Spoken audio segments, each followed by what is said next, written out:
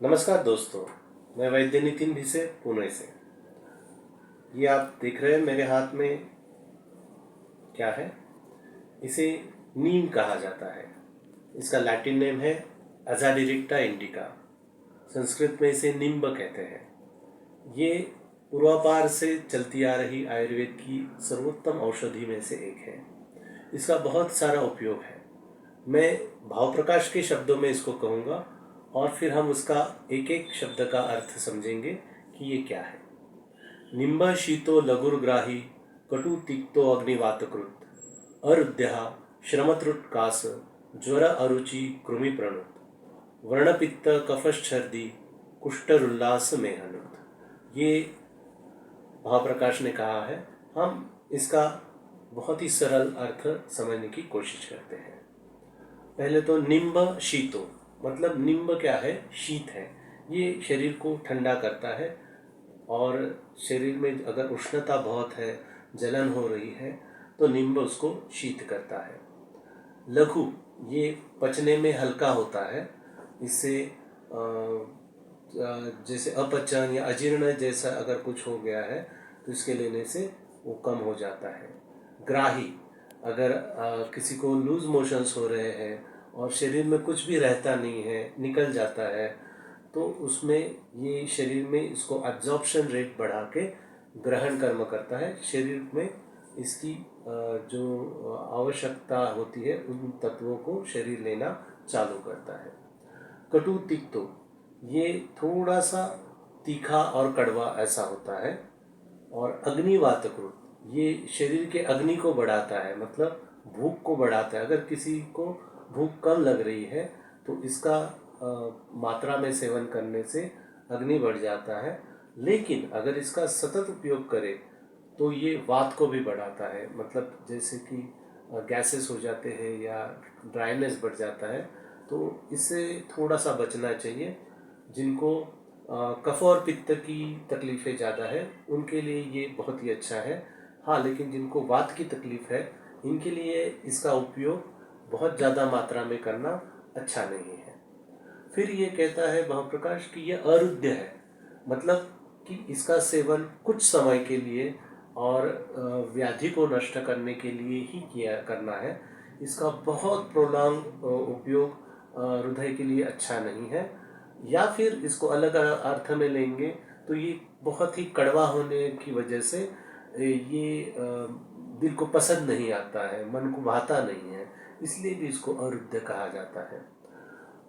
ये श्रम त्रुट मतलब तृष्णा, कास मतलब खांसी, ज्वर मतलब बुखार, अरुचि मतलब मुंह में कड़वाहट होना या टेस्ट न लगना किसी चीज़ का, और कृमि प्रवृत्त मतलब कृमियों को मारता है। जैसे वर्म्स है, छोटे छोटे जो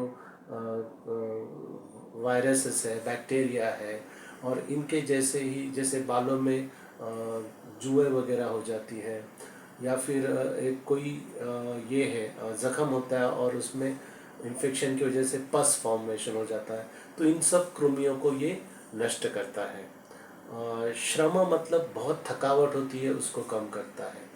तृष्णा तृष्णा जो है, त्रुट मतलब डिस्पेप्सिया, जैसे कि बहुत प्यास लगना, बहुत सारा पानी पी के भी प्यास न बुझता। ज़्यादातर डायबिटीज़ के रुग्णों में ये होता है, उनमें भी इसका उपयोग किया जाता है।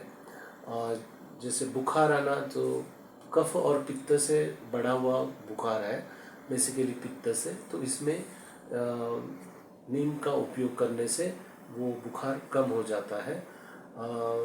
फिर ये बोलते हैं कि व्रण पित्त कफ सर्दी।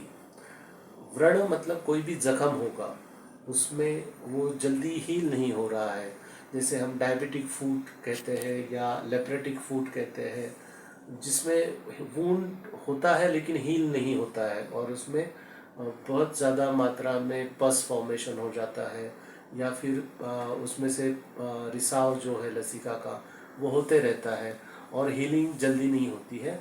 उस वक्त इसका उपयोग करने से इंटरनली और एक्सटर्नली इसका काढ़ा बना के उसके ऊपर धारा करने से, या फिर इसका पेस्ट बना के लगाने से, चटनी बना के लगाने से या इसका ड्राई पाउडर कुछ मात्रा में ग्रहण करने से ये व्रणों को पूरी तरह से उसके अंदर के कृमि को नष्ट करके हील करने में, जख्म भरने में ये कार्यकारी होता है। अंदरूनी जख्म हो जैसे कि अल्सर्स है, अल्सरेटिव कोलाइटिस है, इसमें भी कुछ मात्रा में अलग अलग औषधों के साथ इसका प्रयोग उचित हो जाता है। पित्त कफ छर्दी, मतलब कि कफ से या पित्त से उल्टियाँ हो रही है, जिसमें से कफ निकल रहा है या पित्त गिर रहा है, तो इसमें भी इसका उपयोग उस छर्दी को या उस उल्टी को बंद करने के लिए, ये एक वोमिटिंग कम करने वाला है।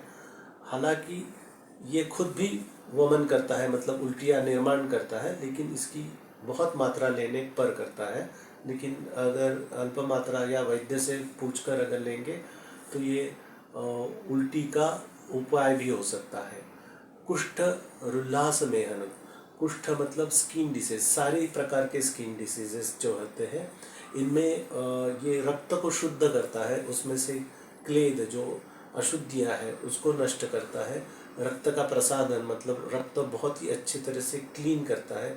इससे छोटी छोटी फोड़े फुंसियाँ जैसे एक्ने है या फिर हम जिसको बोलते हैं कि पिंपल्स है, इनके ऊपर भी ये काम करता है। और शरीर के अंदर जो छोटी छोटी स्किन डिसीजेस होती है उनको भी ये नष्ट करता है। ये स्किन के लिए बहुत ही अच्छा है। बेसिकली ये रक्त को शुद्ध करता है और उसकी वजह से हमारे जो स्किन पर होने वाली छोटी छोटी बीमारियां हैं इसको भी ये नष्ट करता है। हाँ दोस्तों, इसका उपयोग रुल्लास में होता है। रुल्लास का मतलब होता है जी मितलाना, मतलब कि उल्टी तो नहीं आ रही है लेकिन मुंह में पानी आ रहा है और उल्टी जैसा हो रहा है, तो ऐसे वक्त में इसका चूर्ण या फिर इसका थोड़ा सा पत्ते को चबाकर खाने से जी मतलाने का जो ये है प्रोसेस है वो कम हो जाता है। इसको हम प्रमेह में भी बहुत उपयोग करते हैं। प्रमेह मतलब हम जिसको डायबिटीज़ के नाम से जानते हैं, तो इसमें भी नीम का बहुत सारा उपयोग है। इसको रोज़ सुबह कुछ पत्तियों को चबाने से भी इसका फ़ायदा होता है। 2 से 3 पत्तियाँ चबाकर खाने से भी इसका फ़ायदा होता है।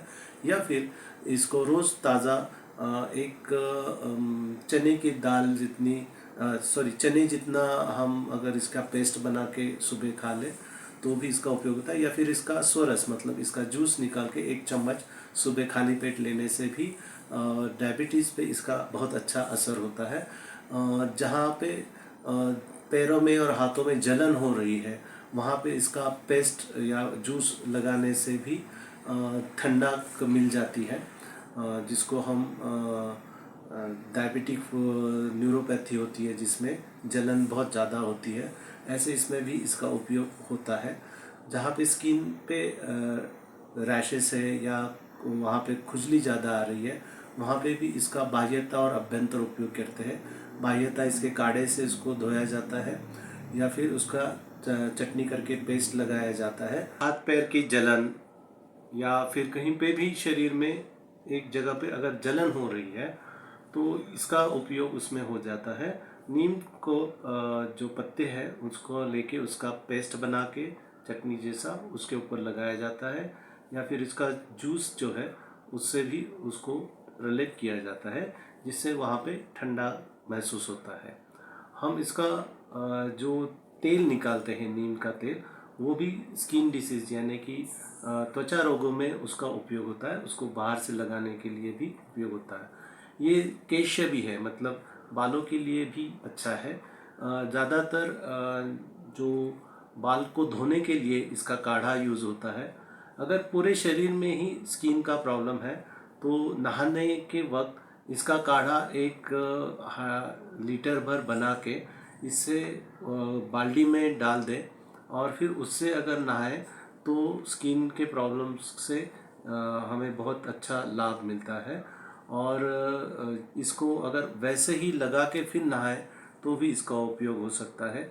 जो उपटन है जिससे हम स्किन पे लगाते हैं, इसमें भी नीम का चूर्ण अगर मिलाया जाए तो त्वचा के लिए लाभदायक होता है। ऐसे बहुत ही गुणकारी नीम का पेड़ है जो भारत भर सर्वतः मिल जाता है, बहुत ही आसानी से मिलता है, आपके बारांदे में भी होगा। तो इसको संजोए, इसका उपयोग करें और हाँ, एक पेड़ ज़रूर लगाएं आयुर्वेद के लिए, अपने आने वाली पीढ़ियों के लिए और सब लोगों के लिए। धन्यवाद, नमस्कार। और हाँ, इस वीडियो को शेयर कीजिए, लाइक कीजिए, सब्सक्राइब कीजिए और आगे हम और रोचक और तथ्यकर जानकारियों के साथ आपके सामने प्रस्तुत होंगे। तब तक के लिए धन्यवाद।